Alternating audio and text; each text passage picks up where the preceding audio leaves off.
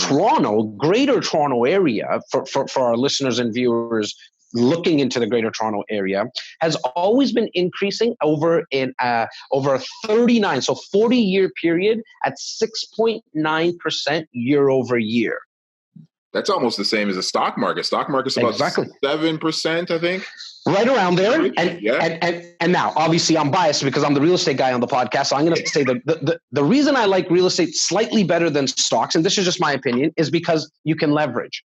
So if you're going to buy a stock for 50 grand or 20 grand or whatever it is, you can't go to the bank and say, hey, can you lend me money for the stock? They won't do it.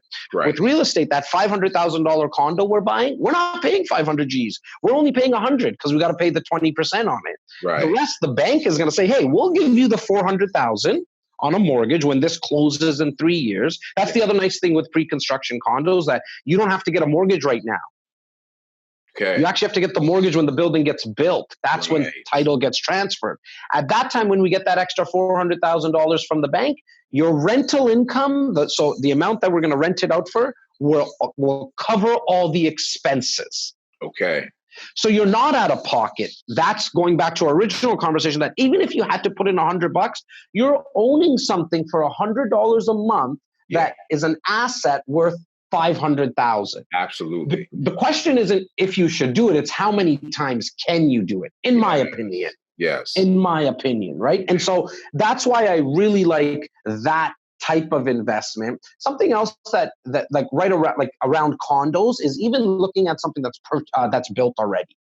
The biggest difference is that you need to qualify for the mortgage right now because it's built, people are living in there.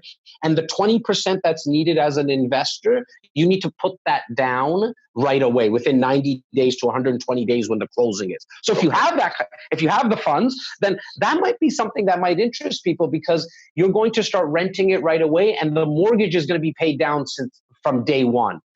On the pre-construction side, there is no mortgage needed for 3 years. So there's no more, you're not paying anything down yet. Okay, got you. And so you're talking about a condo. Is it the same rules when it applies to a house as well? It does. Now, here's the only thing with the house. So if you go purchase a house that's pre-construction, when you're purchasing it for yourself as an end user, you don't have to put the 20% down. Got you. As an investor, the same rules apply. The only thing that I have found, especially in the last 5 to 6 years, when you purchase that home and close on it and then rent it out, the rental income won't cover your expenses. So now you're not going to be off by $100. You're going to be off by, say, 500 for a house. For a house, because see, the cost of the house is going to be $800,000, 850, because we just can't buy anything less in the Greater Toronto area. And at 800,000, the rental income doesn't cover all your expenses, your mortgage payment, on a house, your property tax. Same thing with a condo. On a condo, you have condo fees. And on a home, you need to also make sure that you save some money, like in terms of a slush fund for the roof, the furnace, the window. I know it's brand new, but you still want to put some money away for that. And so I generally say don't go for the home from that perspective. Okay. If we want to look at homes, let's look at something that's on the resale market that has 2 doors. So we rent out the upstairs and the basement. Okay. Because when we're renting out the upstairs, the main floor and the basement, now the rental income will cover, generally speaking, all your expenses. Got you. Okay. Now you have to go on to the outskirts. You got to go into the Bramptons, the Pickerings, Ajax, and Whitbys, some areas in Mississauga, and that's kind of the scope of area that myself and my team cover. You can always go into, like, the Kitcheners, the Waterloos, the Windsors. My only thought around that, and it's not really that I'm that super biased to Toronto. I mean, I breathe Toronto. I mean, we're on the motivating from the 6th podcast. So, I mean, there's obviously something there around Toronto. However, it's just, I find that you don't get as high as appreciation in Toronto than you, like in other areas. They just can't compare to Toronto. This is where everybody wants to be, right? We have 150,000 people coming into the Greater Toronto area. And this is what I really want to drill home, why investing in real estate is something that should be in the thought process, because it's just simple supply and demand. We have 150,000 people coming into the Greater Toronto area year over year for the next 10 years. So in 10 years, we're going to have 1.5 million people in Greater Toronto area. for the 150,000, taking it on an annual basis, we need 50,000 households, okay? New households built.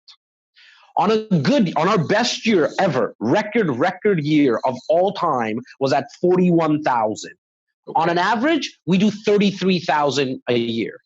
We need 50,000. On an average, we're only doing 33,000. We got an issue. Yeah, absolutely. So people call it like a housing shortage. I'm calling this like a housing crisis. This is a big problem, right? It's why, right? Like you see it as well, right, Jeff?